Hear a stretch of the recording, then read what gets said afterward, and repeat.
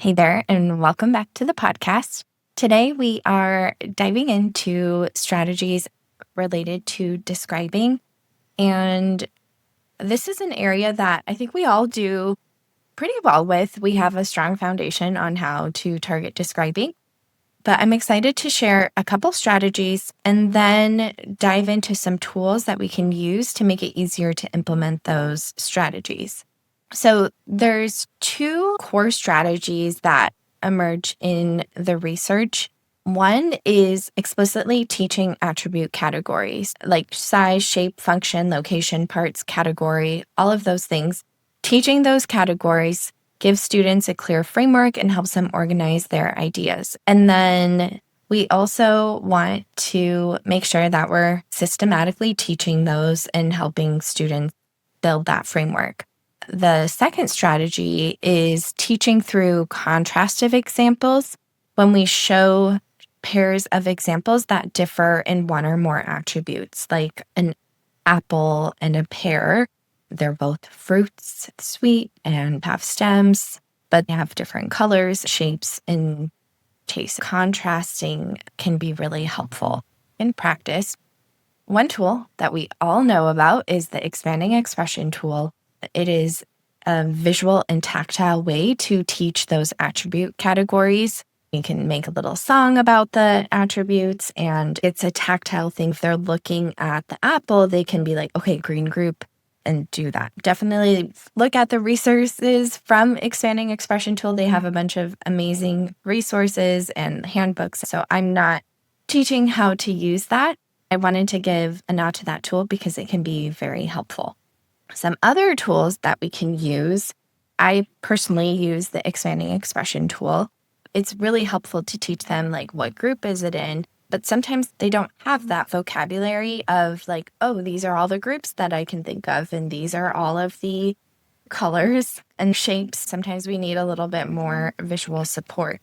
So I created, it's called a describing helper, and it has a page for the different attributes that we might use when describing.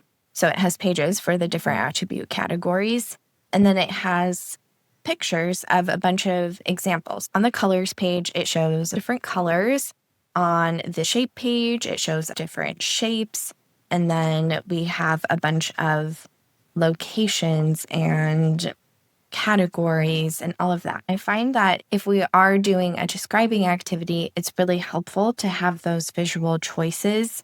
Even as a scaffolding tool, if we ask a student what category it's in, we can pull up the describing helper and be like, is it a fruit or a toy?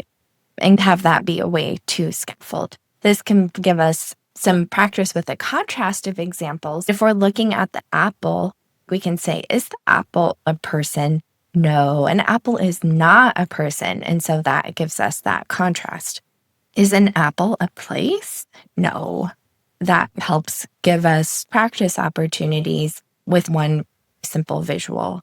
Another thing that's really helpful, because sometimes teaching the attribute categories is really helpful, like size, shape, color, all of that.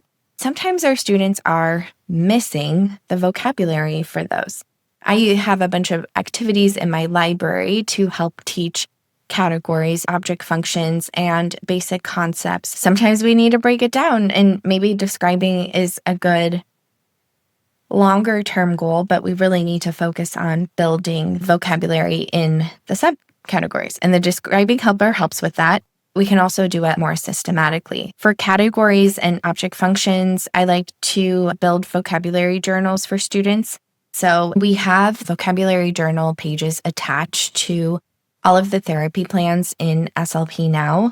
So let's say we're using Apple Trouble, because I'm fixating on apples today. But if we're reading Apple Trouble, we can go to the targets section in the therapy plan for Apple Trouble. We'll go to the targets tab and see all of the categories and object functions identified in the story. You can click on that and download the vocabulary page. It's just a one-pager, and it has the title, so it would be like fruit, First, we come up with a definition of what a fruit is. It would have like 10 pictures of exemplars and non-exemplars, and we can go through. Is a bee a fruit? A bee is not a fruit, and cross that one out. And then, is a grape a fruit? Oh yeah, a grape is a fruit, and we can circle that. We get lots of repetition and lots of practice. The first section is a quick definition of what a category or what the fruit is. Then we have little pictures to go through what's an exemplar and a non-exemplar. And then the third section on the page is blank.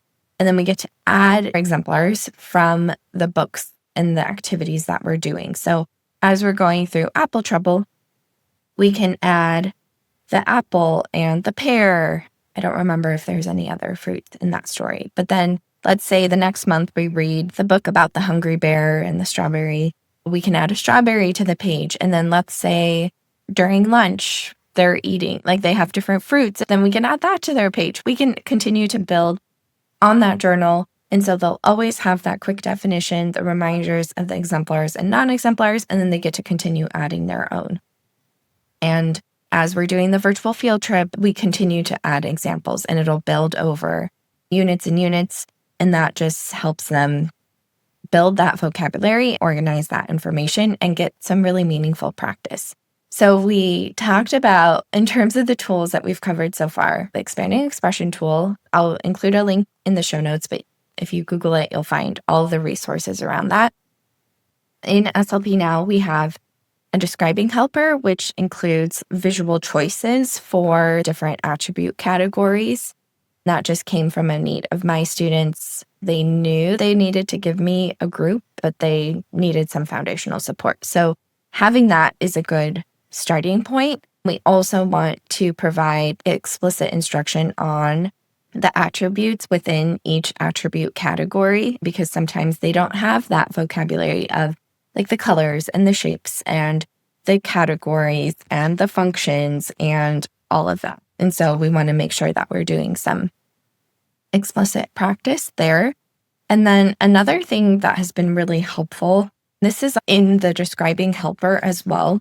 The first page has sentence frames that we can use to help students. They can give us a list of attributes, but we want them to create sentences to describe something. That's what they're going to have to do in the classroom when they're writing and having discussions. There are sentence frames for each of the attribute categories to help them do that describing activity. So that's what that looks like. An example for location, the sentence frame would be, we find it, and it could be like inside at the store, whatever it might be.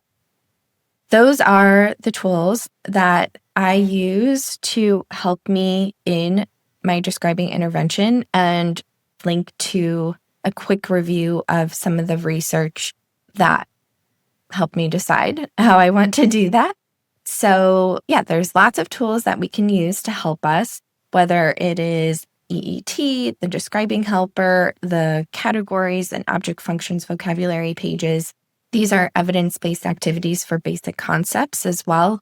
We have those to help fill in that vocabulary, and it's based on the units that we have for those.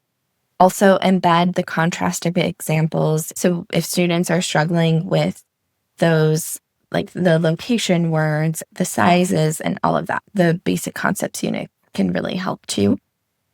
The last thing we talked about was sentence frames in helping students with generalization so that they're not just listing. We're embedding it into real sentences.